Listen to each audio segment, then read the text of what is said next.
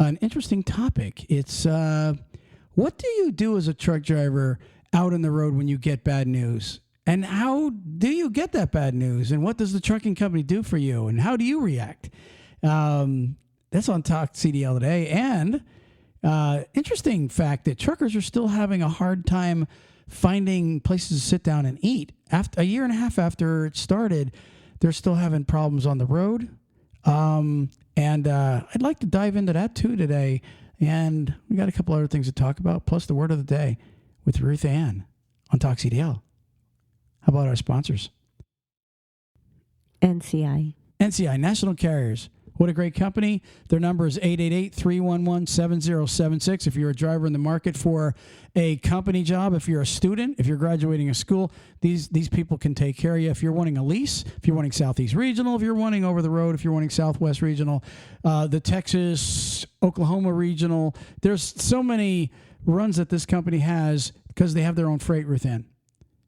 They're an excellent company. Yeah. They have something for everyone. They're owned by a beef company. So when you're owned by your own freight, you're already ahead of the game. You're not looking at broker loads. So if you're looking to talk to national carriers, the number is 888-311-7076. That's 888-311-7076. Call them today and tell them Talk CDL sent you. Ruth Ann, who else we got? Sorry, I was just thinking with NCI, their slogan should be, we keep you moving. Because of the cows moving. Sorry. Wow, you are on a roll. We keep you moving. All right. JJ Keller. JJ Keller, trucker's best friend. Trucker's secretary. You know what? I wonder if Keller's going, what the hell are these guys saying this stuff for? But they really are. They keep everybody going. I mean, if you're a small company, like we said, no job is too small, no job is too large. If you're unsure of how to do paperwork, if you're looking to be organized, these people will keep you organized. I don't care what kind of paper it is in trucking, all the forms you have to file every year. It's literally pennies to work for, to keep these people on your payroll department. I promise you, you'll feel like a bigger company and you'll feel like a team when you hire these people to keep you in order, Ruth Ann. Well, I definitely believe that you would feel more professional. Well, not just professional, but at ease, knowing that someone's got your back and they're doing what needs to be done so that you could just keep doing the other portion that you actually truly like to do. Yeah, and that's drive. Right. So call JJ Keller, 888-601-2017. That's 888-601-2017. Last but not least, Cocoon MDR, Ruth Ann. It's the app that everybody's talking about in trucking right now because, after all, who puts on more miles on their car and vehicles than truckers? Nobody. Right. So out of everybody that's been downloading this Cocoon MDR app, it's truckers are the ones winning. I mean, if you're a traveling salesman, you're probably doing okay, but there's no way traveling salesmen are putting on 120 to 150,000 miles a year. They really aren't. I met one that did 90,000 a year. I really did. I was at a car auction, and his car was being turned in, and this dude, it was a Oldsmobile that had like 1 million miles on it, and in like hardly any years. It was crazy. Anyways, let's move on. Cocoon MDR. Go to Android or the Google store. Yeah, wherever you get your apps for Google, and keep looking for iOS for Apple. If they have the app now, get it. Download it. It's free, and literally they'll start dumping money into your PayPal or whatever account you give them, and you do nothing. There's nothing you got to do. You just download it and you collect money. Crazy, isn't it? Super crazy. All right, that's it for our sponsors. Let's move on. Check this. Hey, Troy. What? I can cut down a tree using only my vision. Yeah, how's that? I saw it with my eyes. Ruth Ann's she's in joke mode. You saw it? I saw it with my own eyes. Okay, so let's go back to the podcast here for a second. The topic, drivers. And now it's a weird topic, but I've heard it talked about lately with people. I've met some drivers that they got bad news on the road, right? And I've talked to drivers over the years that say to me, if I got an emergency, I tell you right now, you can pick your truck up at the airport Because I'm on my, I ain't going to do nothing, man. I'm going to take that car and that truck, and I'm going to go over there to the airport, and I'm getting on a plane to go home to my emergency family. Well, here's something I want to talk about. Okay, depending on what emergency you get. Okay, yeah, okay, your child's got the flu, or your wife's sick. Okay, somebody's somebody got hurt, and recently I had one guy, not me, but I was talking to a company. He said the guy's dad got into a car accident, right?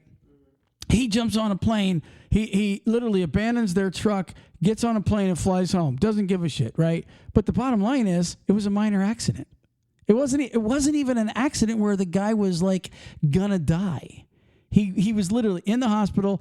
They had him in there. I don't know if they kept him overnight or not, but the family had already told him he's okay. But he used it as an excuse to act like a jackass and get on the plane and fly the hell home. Oh my gosh, I'm coming, Daddy. Well, guess what? Daddy was okay. You know, you got to look at the severity of the actual phone call that you get. Ruthann, you look like you want to say something. No, I just, no, I don't, I mean, I get flabbergasted when I think of some of the excuses that drivers use to jump out the seat and leave, and then blame it on everybody else why they looked foolish.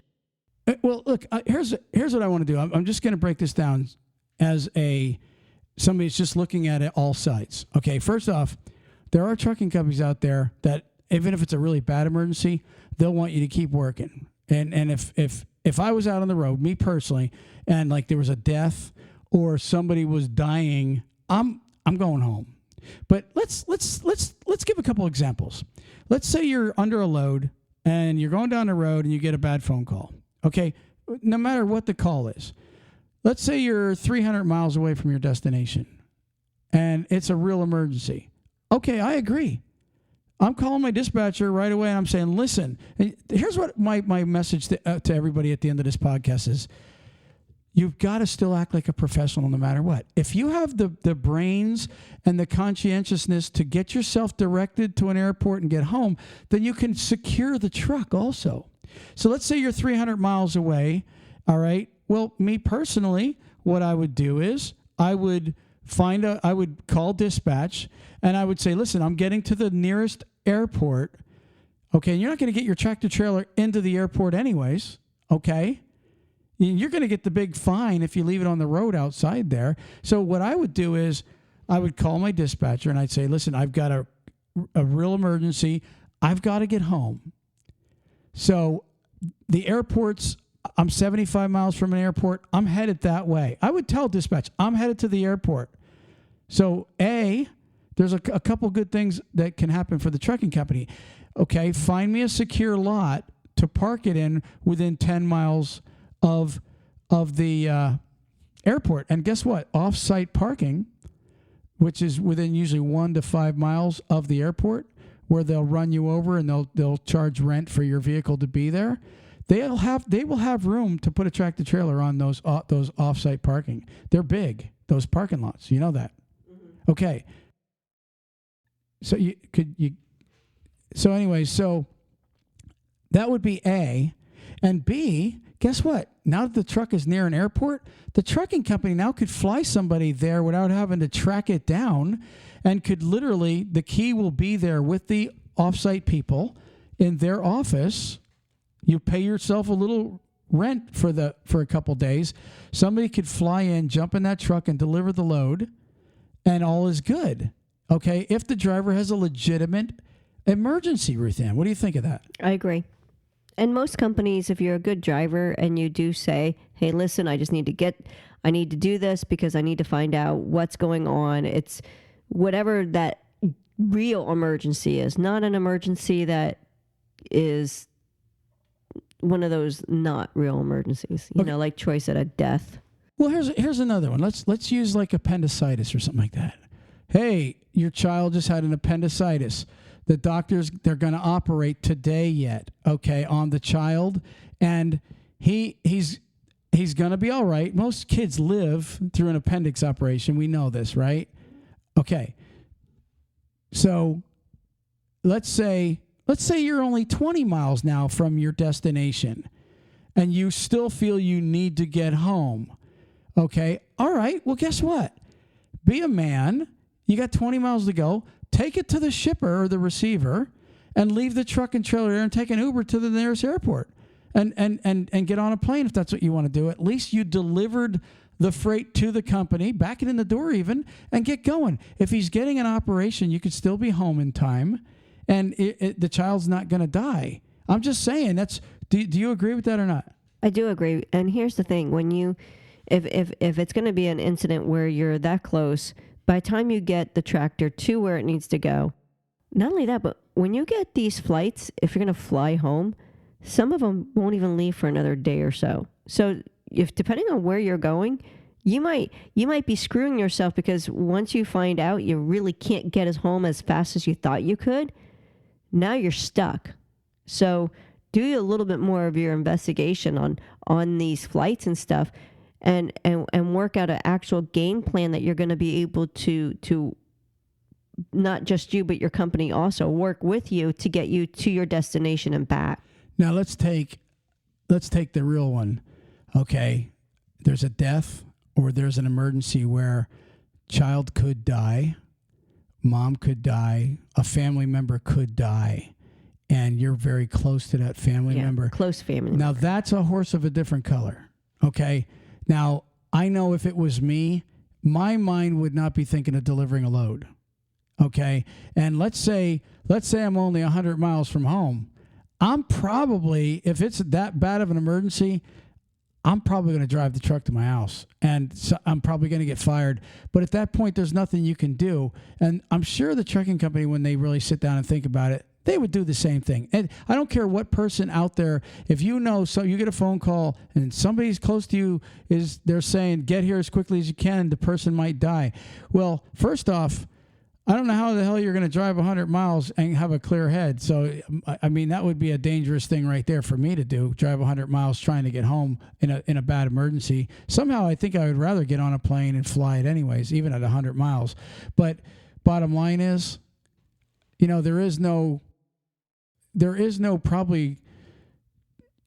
probably is no delivering the load at that point. You see what I'm saying? Yeah, if you have to really look at it, I think look at all the circumstances. If you're 100 miles from home and your delivery was that close, most truck stops, you should be able to say, listen, I'm going to go ahead, I'm going to pull into this truck stop, I'm going to drop the trailer right here, and I'm going to get home. Yeah. And if a trucking company can confirm that there is that bad of an emergency, I don't think most of them would fire the guy even. No. Because I mean, if I owned the trucking company and a driver said to me, "Hey, listen, I just got this crazy call. Somebody's going to die, blah blah blah blah blah." Guess what? I would just say, "Hey, I understand, no problem. I would even say to them, start heading home. I'll even tell them that the load's going to be late. And is there any way you can drop the trailer at a truck stop for me, like you just suggested? And then I'll trying to find one of my other drivers to pick that trailer up and deliver it, and work with that driver. If it's a legit emergency that bad. But my whole point, Ruth Ann, is the severity of the emergency phone call. You can't use, oh, my wife bumped her head on the cupboard. Okay, or whatever. Just something I can think of. My grandfather's toenail broke. That you can't come up with lame quarter emergency. Not everything is an emergency, so get it in your mind. What is? In fact, before you take a job trucking, you should establish with your family, phone calls and a game plan. Listen, I'm away 500 miles. I'm away 1,000 miles. If unless it's a really, really super bad emergency, don't call me panicking. See, that's the other thing. Mom and dad or husband, wife, or kids at home, just the way you give them the bad news could make them think, oh my gosh, I got to turn this truck around in the medium and just hammer down. I got to get home. Well, and if you have certain companies, if you're with a company a few years and they know you're a great guy or woman, but they know that you take your responsibility of a truck driver as a very professional one. They could even say, hey, listen, take the truck to the truck stop. I have someone that's nearby there. I'm going to have them drive you to, this airport so that you can get home faster, or let's try and get you home without you having to drive that tractor because you're not going to be in the frame of mind for it. So let me help you out that way. Companies have hearts, and depending on how you are as an employee, depends on how much of that heart you're going to see. Because sometimes you're not going to see much of that heart if you're a really bad employee and they have you there because they need you there, not because they truly like you. That's true. Look, I know speaking of good companies, I know some companies that tell me all the time, listen, if a driver has an emergency, we will get him on a plane. We will pay for it and get that driver to his house, and, if it's a legit emergency, okay. And again, your grandfather's toenail breaking off is not a legit emergency. And people that call you from home, again, I'll say this, you need to have a game plan for when something does happen on the road, because things do happen. People get phone calls all the time out there on the road. Get home. This happened. Get home. And then you get home and you're going, where's the emergency? Well, we thought it was. Listen, guys that are calling truck drivers and crying, screaming at them, saying, get home, get home, get home. Be careful how you do this. It could cost them a lot, like their job and their career and everything, if they do something really stupid with that truck and it turns out that it wasn't really that much of an emergency. Or if you have them where, if you got them worked up, depending on the person, you don't know how they handle that stress. But if they're driving that tractor and they're not in the frame of mind, because their mind's in 5 different other places that it shouldn't be, they could be a hazard, an extreme hazard on the road. And you could be setting them up to hurt someone else just because they're not focusing. They're a distractive driver then. They're not focused. So that's just as bad as texting or drinking or any other kind of inebriated. Boy, I couldn't say that one right. Inebriated. Boy. I can't even say it either. So Can't say it slow, that's for sure. Yeah. So look, bottom line is start realizing the severity of your emergency. I understand 100% if somebody's going to die or, it's really, really bad. Like, okay, your child got hit by a car and they're doing surgery and you don't know what the outcome is. I'm going home for that. That's, something like that. We're going home. But again, there's little Jimmy broke his leg in a football game. All right. There's nothing you can really do. And he's crying for his daddy. He wants you, honey. He's crying. He only wants you. Well, screw that, man. I'm going home. Little Jimmy wants me. No, I thought he said Johnny. I've got Jimmy, Johnny, who the heck ever. I'm just saying, guys, be professional about this. And trucking companies, you too. If a guy has an emergency, help get him home. It's, if that's one thing that a trucker will do. If he's got a big enough emergency and you don't get him home, he's going to go on the internet and he's going to badmouth you. And then other truckers are going to go, wow, look at that. They have no heart over there. Mm-hmm. So, let's work together. Okay. And I mean everybody, the trucking company, the truck driver, and the people delivering the damn emergency news work together. In fact, I think the best way to call somebody up and go, listen, what are you doing right now? Well, I'm driving. Could you do me a favor? You got a rest area? I just need to talk to you real quick. Get them off the road to tell them, especially if it's a really bad emergency. Okay. And break it to them in a nice professional way. Don't panic. When you panic, the driver on the phone is going to be like, oh my gosh, you say it in a calm way and keep him calm. And driver, you call your company right away. Listen, I've got an emergency. I've got to get home. I'm sorry. There's no way in my mind that I could deliver this freight. Now, like I said, if you're 5 or 10 miles away from your delivery, listen, I'm going to drop it off at the receiver. They can back it in with their yard truck, and I'm gonna bobtail home if you're close enough to bobtail home, or I'm going to the airport. Your truck will be on an offsite parking lot. They'll have the key. You can fly somebody in to pick it up and continue on. And if you want me, I'll come back in a week or so when I get this resolved. You can do this professionally without making yourself look stupid. Yeah, because sometimes a driver using a fake excuse that's not really an emergency makes themselves look extremely idiotic. Okay. Shall we move on? Let's move on. I got something else I want to talk about. CDLLife has an article in their on their magazine this week, and they have an online magazine. Really awesome people, CDLLife. If you guys don't already read CDLLife, you can see so much trucking news there every single day. They post stuff and print things. Good company to be a part of on the internet and on their website. And we don't work with them. We just like them. Okay. They're not a sponsor, but they have this article, Ruth Ann, about truck drivers are still having a hard time finding places to sit down. And you can read that article at CDLLife, but I want to read a little bit of it and talk about it. Okay. And these are when I mean sit down in a restaurant and eat. I know Steak and Shake just opened up their, like literally within like the last few weeks, opened up their dining room. Right, exactly. We just seen that. It says we're now open and dining. And there are some Steak and Shakes and truck stops in Florida, I think. They just started opening, so... There's one over at the Pilot. I wonder if that one's open. The one in Spring Hill's open. I don't know if that one's... Well, anyways, here's the problem. It says literally a whopping 79% of all truckers... CDLLife did a survey themselves, and 79% of the truckers surveyed said... Yep, survey says they're still having a problem. And TA admitted that... I forget how many. They've got like 150 some restaurants, and like maybe 40 or 50 of them still are completely shut down in truck stops. And a lot of them are shut down due to understaffed. And so, that's a problem because, truck drivers really, when you're out there on the road, I'm going to tell you something. It's nice to be able to go into a restaurant a couple times a week and sit down and have a little camaraderie, sit and talk to some other truckers, or at least get out of the truck and find a way to have a nice hot meal like that.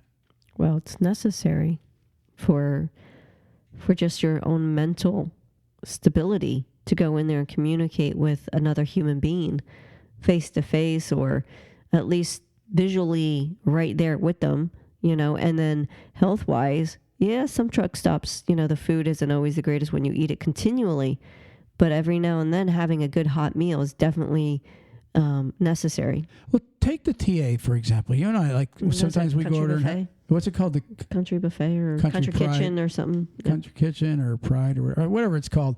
You and I, sometimes we go over and have dinner.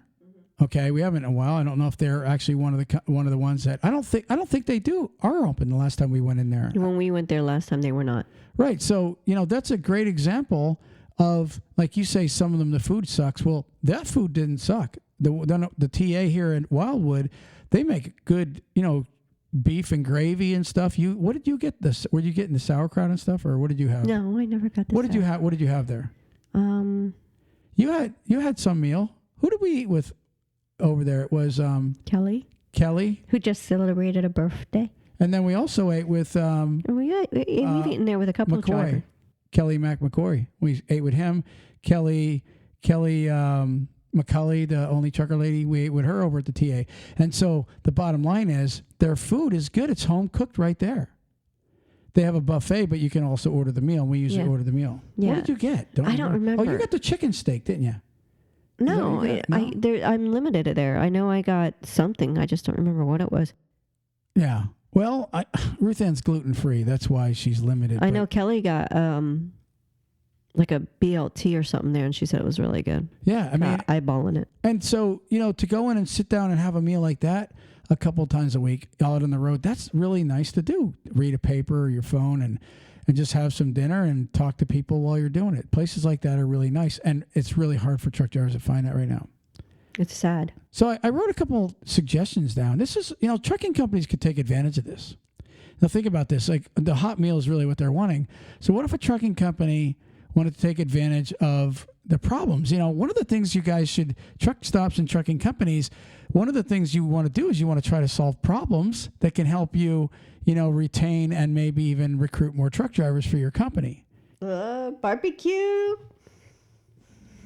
So, no, well, yeah, I mean, that's not a bad idea. Have maybe, that's actually a good idea. Maybe have a ongoing grill for when drivers come in the yard Open up an actual ongoing grill. Look at how about the Honda dealer that we deal with? What do they have every time we go there? Whenever they're open. There's a lady they have a kitchen, a small kitchen. And they serve food. And she makes lunch, she makes sandwiches. Chicken salad, really good. Every day. Every day. For their customers. Their coffee, their waters, everything is free. Coffee, tea, water, fruit, danishes, something else. I can't think what it is. Cookies. Well, just imagine if a trucking company had a couple of crock pots going in the break room, or when it's nice out, had a grill going and making hamburgers, and you just had somebody on site that was paid to do this. I could assure you the hot meal that whenever we go to this terminal, man, there's a hot meal there. It's all free. It's really not that expensive. I guarantee you could spend less than $50 a day with the amount of drivers that come in and out of your terminals, most of these companies, and literally it's a drop in their bucket, and it would make these guys happy because they're getting hot meals. But here's another one. A lot of these companies have sign-on bonuses, right? How about every truck now comes with a microwave, a crock pot, and maybe like one of those little electric burners. And, maybe like a hot skillet. Yeah, like some of these companies are giving out like $2,000, $3,000, $4,000, $5,000 sign-on bonuses. You could spend less than $100 on each truck and make sure there's a crock pot in there, a microwave, a one of those little Bunsen burner, not gas, but like the electric ones. You know what I mean? You can have this all ready for these guys and make sure they all have refrigerator and freezers to where they can have a hot meal in their truck every damn day with a cookbook and the supplies, like the like a little frying pan and stuff. But, yeah. I'm just saying. That's a really cool idea. I like that idea. I mean, honestly, it's if you guys can just keep drivers, it's a little it's like a little trump card, you know what I mean? Like an ace in the hole. If I was, trying to pull drivers in and I could, if I had a trucking company, I would look for the problems in the industry to solve that drivers are having. And that is a big one right now. They're having a hard time finding a place to sit down and have a hot meal. I mean, yeah, you can go into Burger King and McDonald's and get the same gut grenades and rectum rockets that they sell, or you can just... It gets tiring now. Right. It gets really tiring having burgers continually. Do you guys know how easy it is to take like one of those little tiny roasts you get in Walmart or whatever store you want to buy, a quarter of an onion, some carrots and potatoes. You just take a crock, one of those ones that doesn't flip, you have it, or you even strap it down on one of your stands, and you put a little bit of water. You don't have to put much in, a little roast, some potatoes, onions, some salt and pepper, and if you have other seasonings you want to use, and you just set it and forget it. I mean, literally, it's 7, 8 o'clock in the morning. You put this thing on. By lunchtime, your truck smells like a home-cooked meal inside, and you're going, wow, I can't wait to stop and eat. I'm telling you guys, I know a lot of guys don't do that, and I know there's a lot of people that do cook in their trucks, okay? But there's plenty of drivers out there that don't have refrigerator and freezers, and they don't have the cooking utensils, and they're spending money out the yin-yang to get, you know what I mean, hot meals, when this is a quick fix for these guys. Truck stops also. Figure it out. I'm telling you guys, Loves, Pilot, TAs, all you BPs, all you truck stops out there, figure out a way to solve the problem before your competitors do. No, that's true. Yeah. It's out there. Someone's going to be thinking of it. Somebody's going to be thinking of this now that we're putting this out there, and CDLLife has an article about it. But again, man, if you guys just look at the problems and try to figure out a way to take your trucking company or your truck stop and be a part of the solution, drivers will love you. And after all, what does everybody want? Everybody's wanting drivers to love them. If you're in the trucking industry, you're wanting truck drivers to fall in love with you and to patronize your business. So take care of your drivers. Go out on the... I know a trucking company that's in North Carolina that offers that routine. Every one of their truck has a microwave, a TV. They actually have the television in the truck. Television. And I know a lot of people are going, man, you know what? You got to spoil these guys. This is bullshit. Well, guess what? You're going to win by doing it. You really are. They'll take care of their truck. They'll be happy. Absolutely. Happy driver, happy life. Yeah, it's make the inside of that truck already set up like an RV. Yeah. And to be honest with When's you, it going to hurt? if I was a trucking company, I would start putting CBs in the trucks. Bring that back too. Your trucks will get wrecked less. Okay. So, anyways, that is my podcast for the week. I hope that everybody starts taking advantage of helping these drivers out with hot meals. If 79% of them, and again, go over to CDLLife and read that, if 79% of these guys are having a hard time finding a hot meal, then you guys need to get to work and figure out how to help them out there, because the more you help them, the more they're going to want to work for you. Think about that, trucking company. And you drivers out there, remember what I said. If you have bad news given to you, weigh the bad news, okay? Hey, if that truck driver that abandoned the truck the other day that I was telling you about because his dad was in a car accident, if he would have just said, listen, is he conscious? Is he okay? Can I talk to the doctor? Is he going to be all right? Okay? I'm serious. The guy was no problem. He was fine. It wasn't even a major accident. But yet, panicked, and he abandoned the truck and went home, only to find out that there's dad sitting up talking to everybody when you got home. Where's the emergency? Well, if you would have talked to them yesterday instead of just thinking, oh no, these guys are going to respect me, I'm going home. Well, you didn't have to. You didn't have to. Yes, there's emergencies that will make you want to get home and then you need to get home. I get that. And they have to be done professionally. Do things professionally, guys. Trucking companies, you too. Keep it professional. Don't force these guys to be trying to drive if they have an emergency that needs them to get home. In fact, you guys need to pay for their ass to get home so that you have a driver that wants to come back to you. Ruth Ann, we are done with these topics. Do you have the word of the day? I do. What's your word of the day? What is it? Heuristic. Heuristic? Heuristic. How do you spell it? HEURISTIC. Heuristic. Heuristic. It's a Greek 19th century. Yeah, what is it? What does it mean? Enabling a person to discover or learn something for themselves. Oh, I thought it was another word for enabler. So it's, again, give me the definition again. Enabling a person to discover or learn something for themselves. Okay. Teach them to learn about themselves. The pottery professor's heuristic technique helped students discover their own sculpting style. Interesting. Okay. Well, that's pretty good. Guys, check that out. Ruth Ann, I think we're out of here. Peace. Peace. Praise the Lord.